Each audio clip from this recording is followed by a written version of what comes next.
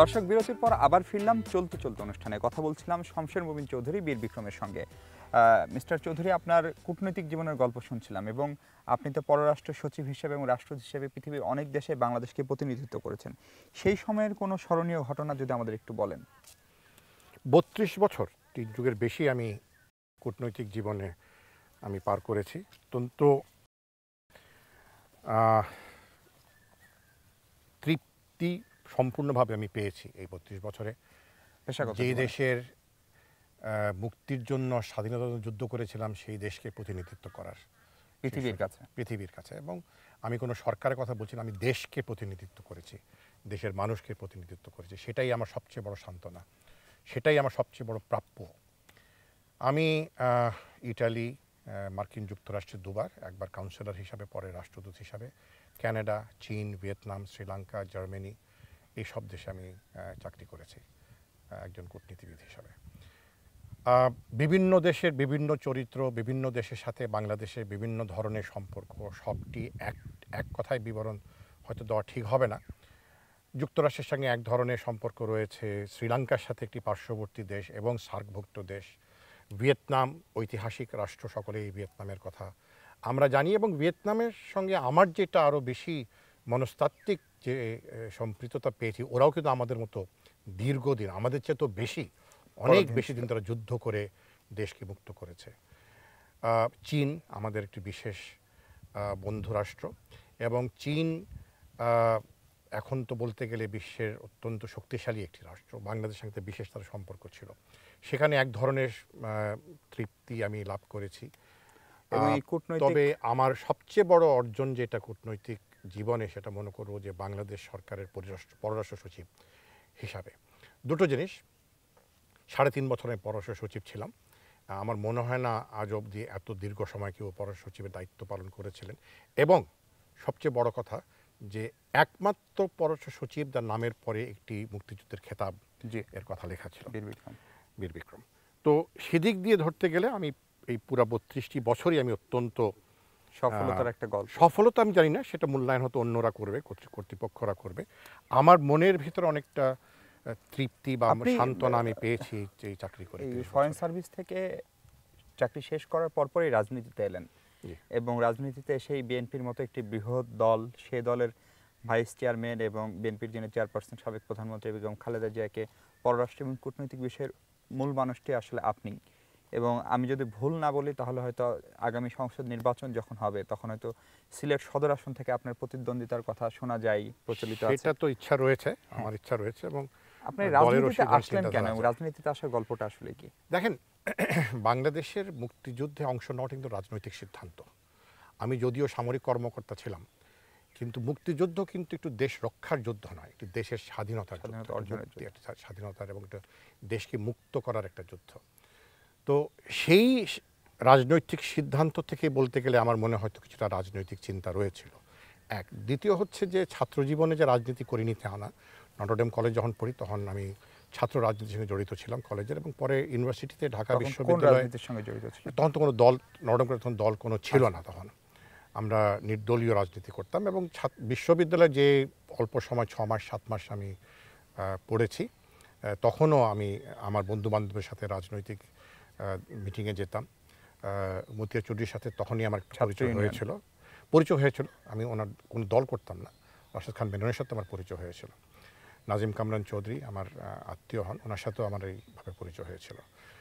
তো এইভাবে আমি কিছুটা চিন্তা করলাম, ঠিক আছে, এখন যখন এই দেশকে মুক্ত করলাম, এই দেশের সামরিক বাহিনীতে চাকরি করলাম, এই দেশকে বিদেশে প্রতিনিধিত্ব করলাম, তাতে কি আমি সম্পূর্ণতা পেয়েছি? আর তো পাইনি। আমি যদি মনে করি এই শেষ বয়সে এসে যদি বাংলাদেশের মানুষের জন্য কিছু করতে পারি, সেই চিন্তা নিয়ে আমি ভাবলাম যে ঠিক আছে, নির্বাচন করা না করা সেটা পরের কথা।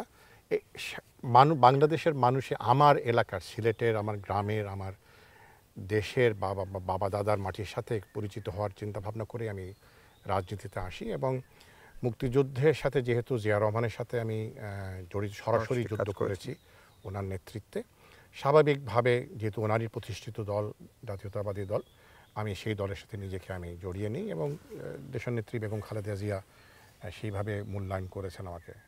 এখন আপনি তো খুবই এমন একটা আসনে আপনি আসলে যে আসনের মানুষ, আপনি সিলেট সদর আসন, সে আসনে এক ধরনের মেদ প্রচলিত আছে এবং মেদটি আসলে আস্তে আস্তে সত্য বলে প্রমাণিত হচ্ছে যে ওই আসন থেকে যে দলের এমপি জিতেন তারা সরকার গঠন করেন এবং তিনি খুব প্রভাবশালী মন্ত্রী হন। সাইফুর রহমানের কথা বলতে পারি, তার আগে আমরা হুমায়ুন রশিদ চৌধুরীর কথা বলতে পারি।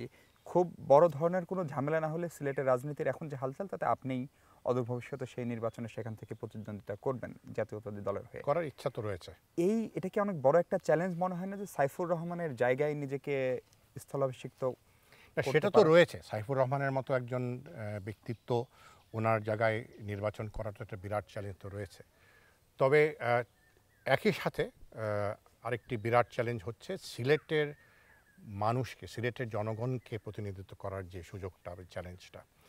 কারণ সেটা আমার নিজের ভিটে মাটি সিলেট, সেখানে আমার বাবা দাদারা রয়েছেন। আমার সিলেটে আমার চাচাও পাকিস্তান আমলে একজন পূর্ব পাকিস্তান অ্যাসেম্বলির প্রাদেশিক অ্যাসেম্বলির সদস্য ছিলেন এবং আমার চাচাতো ভাই নাজিম কামরান চৌধুরী উনিও বিএনপির এমপি ছিলেন সিলেটের থেকে, সিলেট এক থেকে না, মানে অন্য আসন থেকে।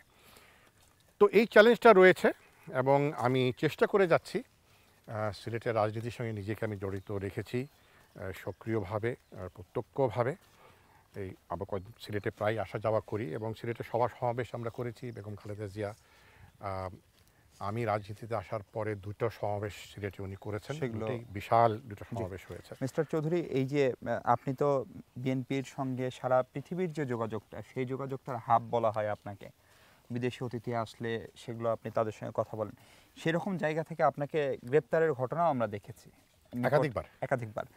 এই আপনার জেল জীবনের গল্প, একটা তো ছিল মুক্তিযুদ্ধের আগের জেল, স্বাধীন বাংলাদেশে যে জেলে যাওয়া, সেই কোনো ঘটনা মনে পড়ে? যে ঘটনা সবচেয়ে উল্লেখযোগ্য আমার কাছে মনে হয়, প্রথমবার যখন আমি জেলে যাই, প্রায় 1 মাস আমি জেলে ছিলাম, দ্বিতীয়বার অবশ্য কয়েক ঘন্টার জন্য, 2010 সালের জুন মাসের 27 তারিখ থেকে জুলাই মাসের 25 তারিখ পর্যন্ত।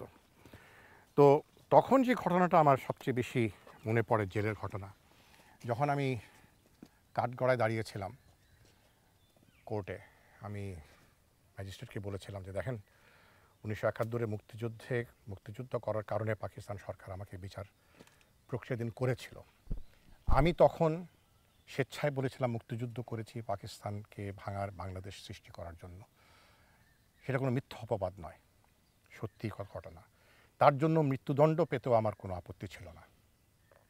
কিন্তু দুঃখের বিষয়, স্বাধীন বাংলাদেশে আহত খেতাবপ্রাপ্ত মুক্তিযোদ্ধা একটি মিথ্যে অভিযোগের ভিত্তিতে আজকে আমাকে কাঠগড়ায় দাঁড়াতে হয়েছে। এটাই আমি মনে করছি সবচেয়ে বড় দুর্ভাগ্য, শুধু আমার জন্য নয়, ব্যক্তি হিসাবে নয়, একজন মুক্তিযোদ্ধা হিসাবে বটেই, এবং স্বাধীন বাংলাদেশের নাগরিক হিসাবে। কূটনীতিক হিসেবে বিএনপির সঙ্গে সারা দুনিয়ার যে যোগাযোগ, বিশেষ করে নির্বাচনের আগে পরে একটি সমঝোতা নিয়ে, সেগুলো নিয়ে আপনার অনেক ভূমিকা ছিল, সে জায়গায় কি নিজেকে খানিকটা ব্যর্থ মনে হয়? না, মোটেও ব্যর্থ না। কারণ দেখেন, আপনি হয়তো বলছেন যে 5ই জানুয়ারির যে প্রহসন, যে নির্বাচন যেটা হয়েছে, এই নির্বাচন তো বাংলাদেশের জনগণ প্রত্যাখ্যান করেছে। আপনি 154 জন সংসদ সদস্য বিনা প্রতিদ্বন্দ্বিতে নির্বাচিত ঘোষিত হয়েছেন। এখানে বর্তমানে যে স্পিকার, উনিও সরাসরিভাবে সেইভাবে নির্বাচিত হননি। তথাকথিত বিরোধী দলের নেত্রী, উনিও কিন্তু সেই প্রতিদ্বন্দ্বিত নির্বাচন করে আসেননি। তো এই নির্বাচনকে বাংলাদেশের জনগণ প্রত্যাখ্যান করেছে, বর্জন করেছে। মিস্টার চৌধুরী, আপনি একজন মুক্তিযোদ্ধা, একজন কূটনীতিক, একজন রাজনীতিক, এই 3 জীবনের সংমিশ্রণে আপনি শেষমেশটা একজন বাংলাদেশি, এদেশের মাটির মানুষ, এবং এই 4 দশক পরে বাংলাদেশ নিয়ে এখন আপনি আগামী দিনে কোন স্বপ্নটা দেখেন? আপনার সেই স্বপ্নের গল্পটা শুনে আমরা আসলে শেষ করতে চাই। স্বপ্ন তো থাকলে অনেক স্বপ্ন থাকে। আমার যেটা আশা, আমার যেটা প্রত্যাশা, যে যেই মূল বিষয়টার উপর ভিত্তি করে আমরা মুক্তিযুদ্ধ করেছিলাম, বাংলাদেশের মানুষ মুক্তিযুদ্ধ করেছিল, প্রাণ বিসর্জন দিয়েছিল, একটি গণতান্ত্রিক সমাজ। সমৃদ্ধতা হয়তো আসবে, চ্যালেঞ্জ রয়েছে। আমরা ভৌগোলিক পরিধি থেকে ছোট রাষ্ট্র, জনসংখ্যা অনেক বেশি, তো অর্থনৈতিক চ্যালেঞ্জ আমাদের অনেক বেশি। কিন্তু গণতান্ত্রিক একটি শাসন ব্যবস্থা যদি বাংলাদেশে আমরা সত্যিকারের অর্থে প্রতিষ্ঠিত না করতে পারি, তাহলে আমি মনে করব আমাদের মুক্তিযুদ্ধের সেই চেতনা, সেই লক্ষ্য থেকে আমরা অনেকটা পিছিয়ে পড়ে যাব। পিছিয়ে পড়ে গিয়েছি ইতিমধ্যে, হয়তো আরও পিছিয়ে পড়ব। এখন আমি আহত হয়েছি, কিন্তু বেঁচে তো আছি। আমার সহকর্মীরা অনেকরা নিহত হয়েছেন, শাহাদাত হয়েছেন। আমার হাতে আমি নিজে দাফন দিয়েছি আমার সিপাহী নায়েব আলীকে।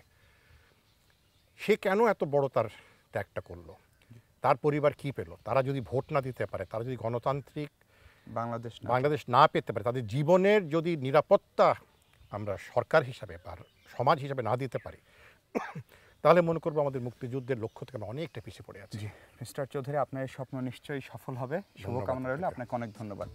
দর্শক, বিদায় নিতে হচ্ছে আজ এই অনুষ্ঠান থেকে। আগামী পর্বে আবারও দেখা হবে নতুন কোনো অতিথির সাথে, নতুন কোনো সুন্দর জায়গায়। নিশ্চয়ই আমাদের সঙ্গেই থাকবেন।